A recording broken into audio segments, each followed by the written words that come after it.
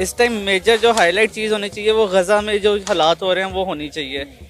ये मैं बात इसलिए कर रहा हूँ कि इसराइल को सपोर्ट करता है इंडिया, और जो उसको आपके मुसलमान भाइयों को मार रहा है आप उसको सपोर्ट कर रहे हैं, तो मेरे ख्याल से तो आपको उसके साथ एक नज़र देखना भी नहीं चाहिए, हाथ तो मिलाना बहुत दूर की बात। अकेला मुल्क डेवलपमेंट नहीं कर सकता, लेकिन हमें इंडिया के साथ जो ताल्लुकात बहाल करने की ज़रूरत है वो बरदराना ताल्लुकात बहाल करने की ज़रूरत है।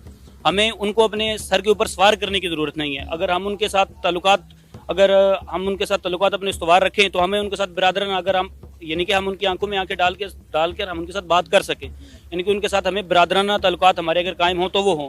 लेकिन ये नहीं है कि वो हमारे बॉस बन के हमारे ऊपर हुक्मरानी करें, वो अमेरिका कोई भी हो। मुझे इंडिया पसंद है। अच्छा, हाँ जी, इसलिए मैं चाहती हूँ जिस तरह अभी इंडिया के टीवी चैनल्स नहीं आ रहे होते ना, इंडिया के सॉन्ग्स नहीं आ रहे होते हमारे टीवी पे, या आप अक्सर टीवी शोज देखती होंगी उस पर वो हो रहा होता है कि नहीं इंडिया का आपने कोई भी सॉन्ग नहीं सिंग करना। नहीं, क्यों इस तरह क्यों है, मुझे ये चीज़ नहीं समझ में आती। आपने अपनी इकॉनमी को स्टेबल करना है पहले, ताकि लोग आपके पास आ जाएं।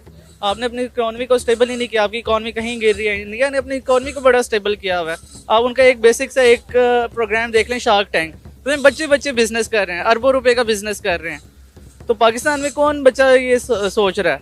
आप पहले अपने आप को, अपनी इकॉनमी को संभालें, फिर दुनिया भी आपके पीछे आ जाएगी। अगर आप ये चाहते हैं कि पाकिस्तान इंडिया के साथ ट्रेड बहाल करे और कश्मीर को बाद में देखा जाए, तो फिर आप ये बात अपने जहनों से निकाल देंगे कश्मीर पाकिस्तान की शहर है, या तो फिर उस शहर को काट के अब साइड पे रख दें। अगर शहर को नहीं काटते तो देन आपको ट्रेड उसके साथ उस सूरत में ही बहाल करने चाहिए जब आप मसले कश्मीर को हल करने की तरफ कोशिश करें। आपका कभी किसी इंडियन के साथ इंटरेक्शन हुआ? नहीं, अभी तक तो नहीं हुआ, लेकिन मैं चाहती हूँ अभी मैं इंडिपेंडेंट होंगी ना तो फिर मैं इंडिया का टूर करके आऊँगी। कहाँ कहाँ घूमना चाहेंगे इंडिया में? एशियन जो इंडिया है ना, जैसे दिल्ली हो गया, इस तरह वाली जगह घूमूंगी। दिल्ली, गोवा। हाँ जी। अच्छा, इंडिया की सबसे अच्छी चीज़ क्या लगती है आपको?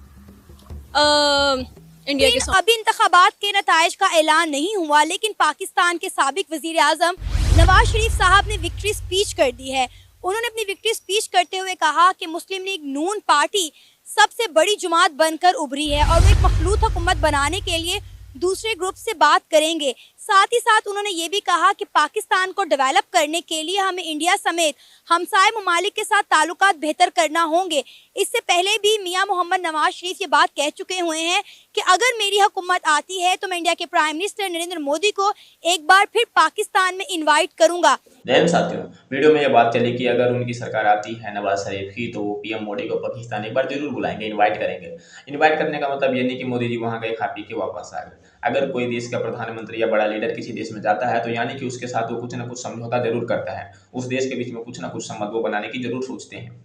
अगर पीएम मोदी वहाँ जाते हैं, अगर मान लो सरकार उनकी बन गई, भविष्य में जाएंगे, तो कुछ ना कुछ तो हस्ताक्षर करके आएंगे, किसी ना किसी मुद्दे को सुलझा के आएंगे, कुछ ना कुछ ट्रेड के बारे में बात करके जरूर आएंगे। ऐसा होता है, और इसमें ये पाकिस्तान का जो है ये मुद्दा बन चुका है, क्योंकि भाई देखो, भारत उनके लिए भी इम्पोर्टेंट है।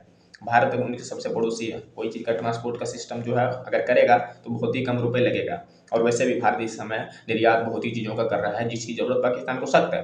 लेकिन अगर वो सिर्फ पाकिस्तान जो है कश्मीर के मुद्दे को लेकर बैठे रहेंगे और इंडिया से संबंध बेहतर नहीं करेंगे, तो फिर भाई उनका नुकसान हो रहा है, डूब रहा है, और आगे भी होता ही रहेगा। वहीं पे इंडिया को दूसरी तरफ ये हमेशा ये है कि उसके बॉर्डर पे पता नहीं कितने सारे सैनिक लगा के रखने पड़ते हैं, क्योंकि असुरक्षा भाई महसूस करते हैं, शुरुआती से करते आ रहे हैं, और अभी भी है, और भविष्य में भी बहुत ही रहेगा।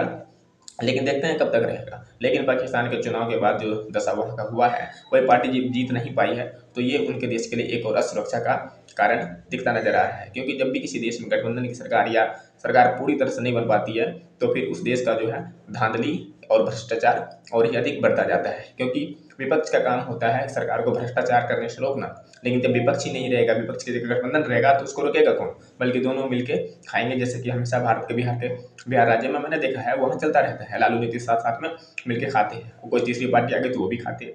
बस विपक्ष कोई बचता ही नहीं है। जहाँ विपक्ष ना हो वहाँ पे तर्क कौन करेगा? सरकार से जवाब कौन मांगेगा? जनता। अब जनता तो वैसे भी कुछ नहीं कर पाती, उसके पास शक्ति नहीं है।